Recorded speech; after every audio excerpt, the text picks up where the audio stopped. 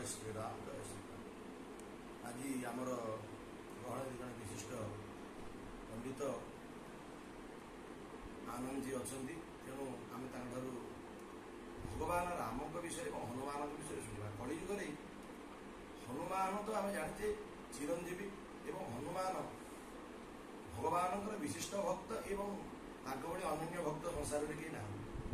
हनुमान कलिजुग जो पूजा अर्चना करा पंडित को अनुरोध करी श्रीयुक्त आनंद पंडित को से हनुमान विषय टे कह भगवान कौन बर दे हनुमान को से चिरंजीवी हेले एवं हनुमान दिव्य पूजा अर्चना ए कलिजुग यथेष्ट भाव में सब पूरापूरी सारा विश्व पूजा कर अनन्य भक्त विशिष्ट भक्त समस्ते जानते कि कलिजुग कौन पे हनुमान विशिष्टता रही पूजा करा राम मंदिर ठार हनुमान मंदिर अधिक।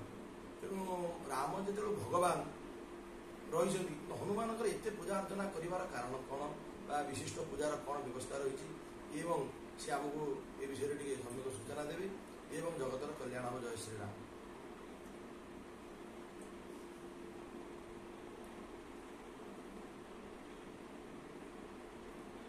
जय श्रीराम आज्ञा।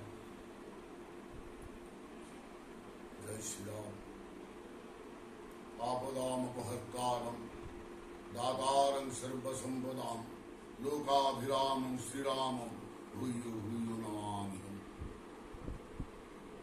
भगवान रामंकर कथा तो बहुत अतुल ताकू के वर्णना करने सक्षम नुहति तथापि गोटे छोट प्रयास कर भगवान कथा की आलोचना करने आनीचु। दिनकर कथा लंका जावाई भगवान रामचंद्र सेतुबंध प्रतिष्ठा चली। भगवान लंका जी रामचंद्र सीता उद्धार करने सेतुबंध प्रतिष्ठा कार्य चली। सेतुबंधर ठीक मुंड पाखे जो रामेश्वर लिंगम से भगवान रामचंद्र बसुंट सबू परखुं किए कौन किए कौन ना सब बस परखुं।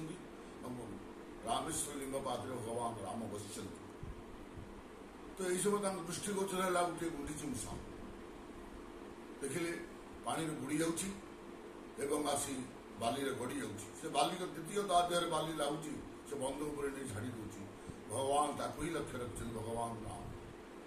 ये समय भगवान गुंडीजी को लक्ष्य करने समय से हनुमान विराट पर्वत धरिक आसुच्च समुद्र पकड़ा समुद्र को बंध करने तो सहज नुहे से भाया जिनस ना समुद्र बंध हो पार ना तेणु हनुमान महाबलशाली तेणु विराट विराट पहाड़ को टेकी आनी पकई कर हनुमान जो पहाड़ को बाणी देगा तार जो शब्द तार जो आवाज से आवाज में गुंडीची गली पड़ी पानी तल तो भगवान देखिले कि समय पर गुंडीची ना पानी बुड़ुचु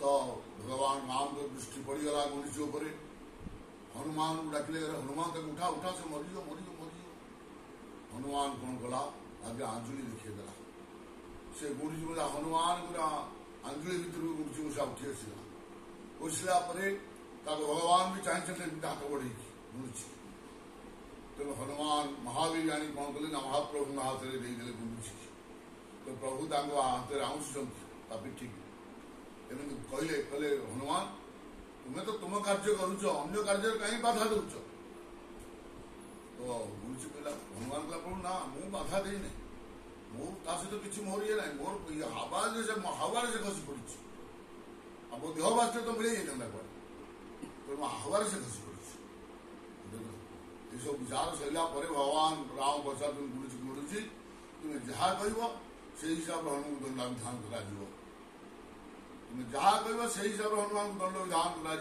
कौन कह तो गुरुजी हाथ प्रभु मोटे तीनोटी कथा आपको मागिली तीनों आप सत्य धरतु से तीनोटी कथा मत आप देवे कि ना खाली तथास्तु कहे आप किसी तथास्तु मत कह कौन प्रथम बार कि चाली जुग भगवान हनुमान को आप अमर कर दिंतु चाली जुग भगवान हनुमान जो अच्छा महावीर हनुमान ताको चाली जुग अमर कर मृत्यु ना ये प्रथम बर। द्वितीय बर ना जो ରାମଧୁନ ହଉଛି ସେଠି ପ୍ରଥମ ଆଗ ହନୁମାନର କଥା ଆଲୋଚନା କରାଯିବ, ତାପରେ ରାମଧୁନ ହବ। ବିନା ହନୁମାନର କଥାରେ ଆଲୋଚନାରେ ରାମଧୁନ ହେଇପାରିବ ନାହିଁ। ହେଲା ଦ୍ୱିତୀୟ କଥା। ତୃତୀୟ ବର ଆପଣ ସବୁ ଅସ୍ତୁ କହୁଥିବେ, ତଥାସ୍ତୁ ବୋଲି ମତେ କହୁଥିବେ, ନହେଲେ ମୁଁ ଆଉ ଦ୍ୱିତୀୟ ପ୍ରଶ୍ନ ପଚାରିବିନି, ପୁଲିସ କହୁଛି କଥା। ତେଣୁ ଗୋଟିକ ପରେ ଗୋଟେ ତଥାସ୍ତୁ ରାମଚନ୍ଦ୍ର କହି ଚାଲିଛନ୍ତି, ତ ତୃତୀୟ ବର ପାଖରେ ପହଞ୍ଚିଲେ। କ'ଣ ତୃତୀୟ ବର ପହଞ୍ଚି କୁହ ନା, ଏ କଳି ଯୁଗରେ ହନୁମାନଙ୍କର ପୂଜା ବେଶୀ ହବ, ହନୁମାନଙ୍କର ମନ୍ଦିର ବେଶୀ, ଆପଣଙ୍କ ମନ୍ଦିର କମ୍ ହବ, ଆପଣଙ୍କ ପୂଜା ପାଠ କମ୍ ହବ। ହନୁମାନର ବେଶୀ ପୂଜା ପାଠ କଳି ଯୁଗରେ ଜାଗା ଜାଗା ହନୁମାନ ଠିଆ ହେଇଯିବେ, ଜାଗା ଜାଗା ତାଙ୍କର ପୂଜା ଅର୍ଚ୍ଚନା ଚାଲିବ। ତ ଭଗବାନ ରାମ କହିଲେ, ଆରେ ତତେ ପକେଇଦେଲା ପାଣିରେ, ତତେ ମୁଁ ଆଣିକି ଏଠି ପଚାରିଲା ବେଳକୁ ତୁ ତାର ହେଇଗଲ, ମୁଁ ପର ହେଇଗଲି। ତ ଏହି ସମୟରେ ଗୁରୁଜୀ କହୁଛି, ପ୍ରଭୁ ଯଦି ଆପଣଙ୍କ ଗୋଡ଼ର ସ୍ପର୍ଶ ମୁଁ ପାଇଛି କେବଳ ହନୁମାନଙ୍କ ପାଇଁ ପାଇଛି, ମହାବୀରାଣୀ ଆପଣ ମହାପ୍ରଭୁ ହାତରେ ମୋତେ ଦେଇଛନ୍ତି, ତେଣୁ ଏ ଜୀବନ ମୋର ଧନ୍ୟ ହେଇଯାଇଛି।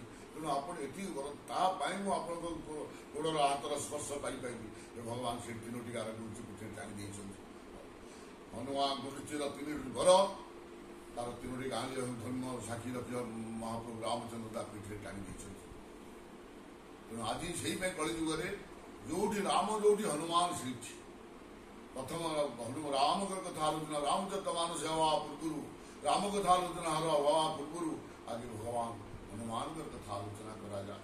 ଜୟ ଶ୍ରୀ ଜୟ ଶ୍ରୀ ରାମ। ଜୟ ଶ୍ରୀରାମ, ଜୟ ଶ୍ରୀରାମ, ଜୟ ଶ୍ରୀରାମ।